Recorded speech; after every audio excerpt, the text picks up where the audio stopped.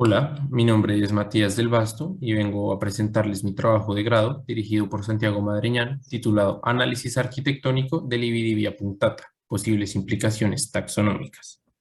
Quisiera iniciar hablando acerca de la capacidad que tenemos de reconocer grupos y la utilidad que tiene la clasificación y generación de dichos grupos dentro de las especies.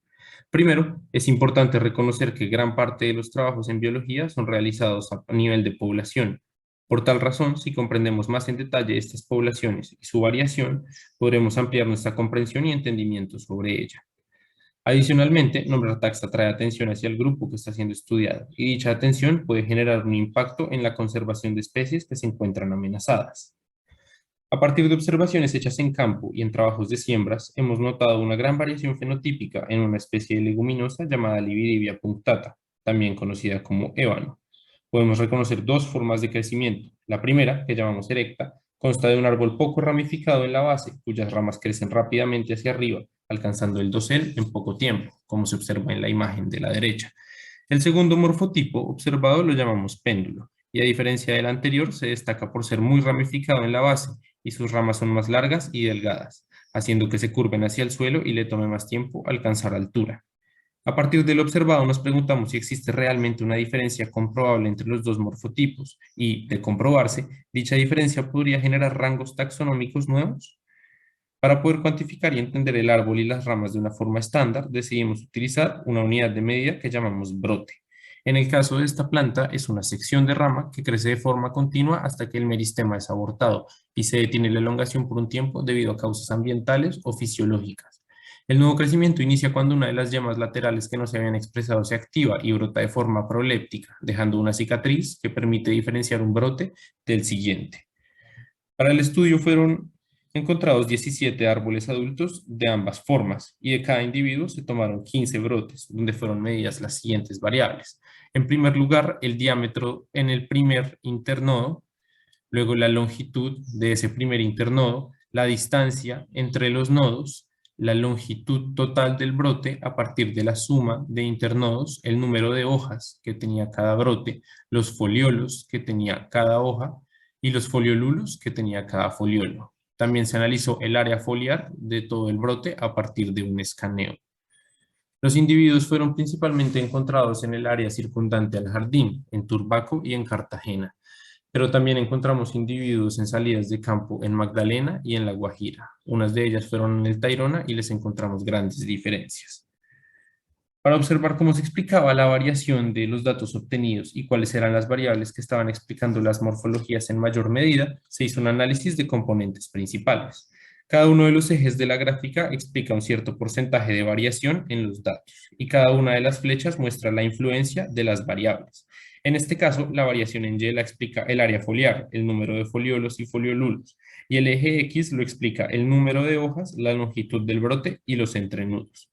Claramente se puede ver que se formaron dos grupos, uno en la parte superior y otro en la parte inferior de la gráfica. Así que para validarlo y darle más fuerza estadística, se hizo un silhouette width, que es una técnica que muestra cuánto es el número de grupos más probable que se forme a partir de los datos, que en este caso eran dos. Luego fue asignado el hábito a cada individuo y nos dimos cuenta de que teníamos tres grupos y nos estaba diferenciando solamente dos.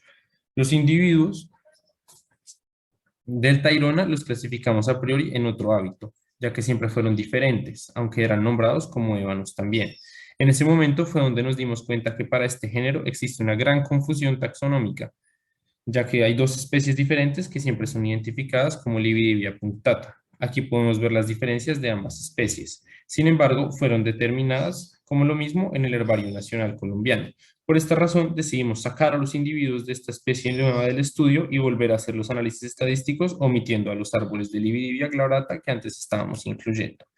En esta ocasión encontramos que parecía que se formasen dos grupos, uno según cada forma de crecimiento, pero era mucho más difícil de ver. Por esta razón volví a hacer el clustering y el resultado fue de nuevo que se formaban dos grupos. Por lo tanto, puedo decir que hay una diferencia. Con los resultados obtenidos, se formularon hipótesis que podían explicar qué es lo que estaba sucediendo con los árboles y cuáles eran las causas probables de las formas de crecimiento. La primera es un desbalance hormonal en los individuos péndulos. Se ha observado que la disminución en las auxinas y estrigonolactona genera una mayor ramificación y un mayor número de brotes laterales expresados, así como un aumento en las gibberelinas provoca un incremento en la longitud de los entrenudos y de las ramas. Todos estos efectos observados en la variedad péndula. Otra posible causa de especiación podría atribuirse a las diferencias ecológicas donde se pueden encontrar estas especies. Nos fue dicho y luego observamos que los individuos con formas péndulas crecían más en las playas, mientras que los erectos eran propios del bosque. A partir de esta observación se formuló la hipótesis que la variación en la forma puede estar siendo causada por la influencia de la luz y en las plantas. Un árbol erecto debe crecer rápidamente y en sentido vertical, ya que se encuentra en constante competencia con otras plantas del bosque por alcanzar la luz y el dosel, mientras que un árbol en la playa no tiene tanta competencia, así que puede crecer de forma más ramificada y maximizar la obtención de luz. Para finalizar, nos queda pendiente determinar cuál es la categoría taxonómica a la que va a pertenecer el fenotipo observado, subespecie, variedad, forma. Si se comprueba que los individuos péndulos son principalmente de las playas y las poblaciones de los bosques son de tipo erecto, podría asignarse una categoría de variedad o de incluso subespecie, pero si se comprueba que están en simpatría, debería nombrarse como una forma. Algo importante para finalizar es recalcar que nombrar nuevas especies y categorías taxonómicas siempre tiene un grado de arbitrariedad. Nunca será fácil poner a todos de acuerdo si es o si no es una nueva especie. Sin embargo, hay que observar los beneficios que puede traer y confiar en el juicio de los expertos en sus áreas de estudio.